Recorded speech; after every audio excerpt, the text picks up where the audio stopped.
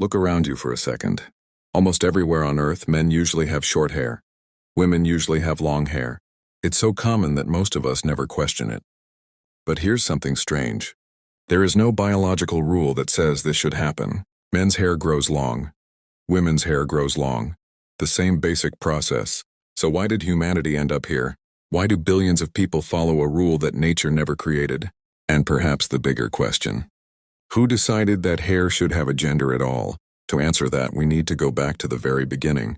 For most of human history, hair wasn't a fashion statement, it wasn't an identity, and it definitely wasn't a gender rule. It was simply part of the human body. Imagine a small group of hunter-gatherers walking across an ancient landscape tens of thousands of years ago.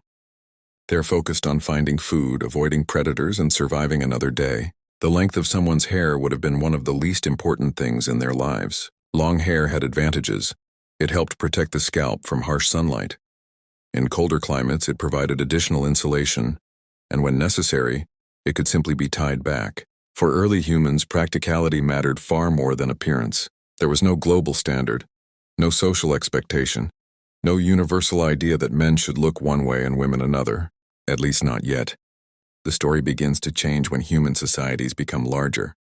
Villages become cities, cities become kingdoms, and kingdoms build armies. For perhaps the first time in history, huge groups of men were living, training, and fighting together. And in those environments, short hair had real advantages. It was easier to clean, harder for enemies to grab during combat, and simpler to maintain during long military campaigns. At first, this wasn't about identity. It was about efficiency. But human beings have a habit of turning practical solutions into social symbols. And that's exactly what happened. Short hair stopped being merely useful. It started to mean something. Discipline, order, strength, authority. As generations passed, these military habits spread into civilian life. People began associating short hair with masculinity, not because of biology, but because many powerful men happened to wear it.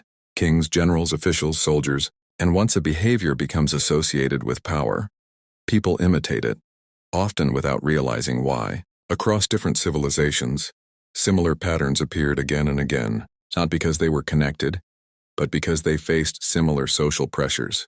The result was a growing visual divide between men and women, and hair became one of the easiest ways to signal it. But this was only the beginning. Because once society starts using appearance to separate groups, it rarely stops there. Soon, hair would become more than a hairstyle, more than a symbol, more than a trend. It would become a rule. And people would begin following it even after they forgot where it came from. At some point, hair stopped being about practicality and became about identity. Without saying a word, your hair could tell people who you were, your social status, your profession, your culture, and eventually your gender. Religion helped strengthen these differences. Across many cultures, appearance carried symbolic meaning. Certain hairstyles represented discipline. Others represented beauty. Some represented authority. Others represented modesty. Over centuries, traditions became expectations. Expectations became customs. And customs became social rules. People weren't asking whether these rules made sense. They inherited them. The same way they inherited language, traditions, and beliefs. They simply felt normal. But there's another reason this happened. A deeper psychological reason. Humans love categories. Our brains constantly organize the world into groups. Friend or stranger. Safe or dangerous. Us or them. Male or female. Young or old. We do it automatically because categories make the world easier to understand. Hair became one of the simplest visual shortcuts available. One glance and your brain instantly made assumptions, whether those assumptions were accurate or not. Then something happened that changed everything. Mass media. For most of history, people copied the styles they saw around them. But newspapers, magazines, movies, television, and eventually the internet began repeating the same images millions of times. The message became impossible to avoid. Men looked one way, women looked another. And because people saw these patterns everywhere, they started to feel natural, almost inevitable. But repetition is not the same thing as nature. Something can be repeated for centuries and still be cultural. In fact, if you travel through history, the entire idea starts falling apart. Ancient warriors often wore long hair. Kings wore long hair. Nobles wore long hair. Some of the most powerful men in history had hairstyles that would seem unusual today. which reveals something fascinating. The rules were never fixed.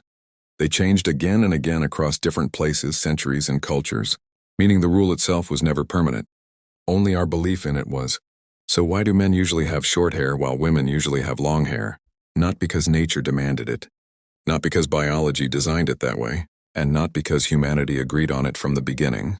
The answer is much more interesting.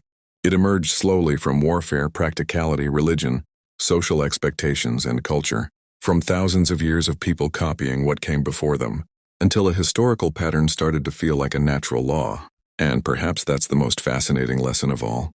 Many of the things we assume are simply the way humans are actually stories inherited from the past, stories repeated so many times that we forgot they were stories, including the one growing right out of our heads.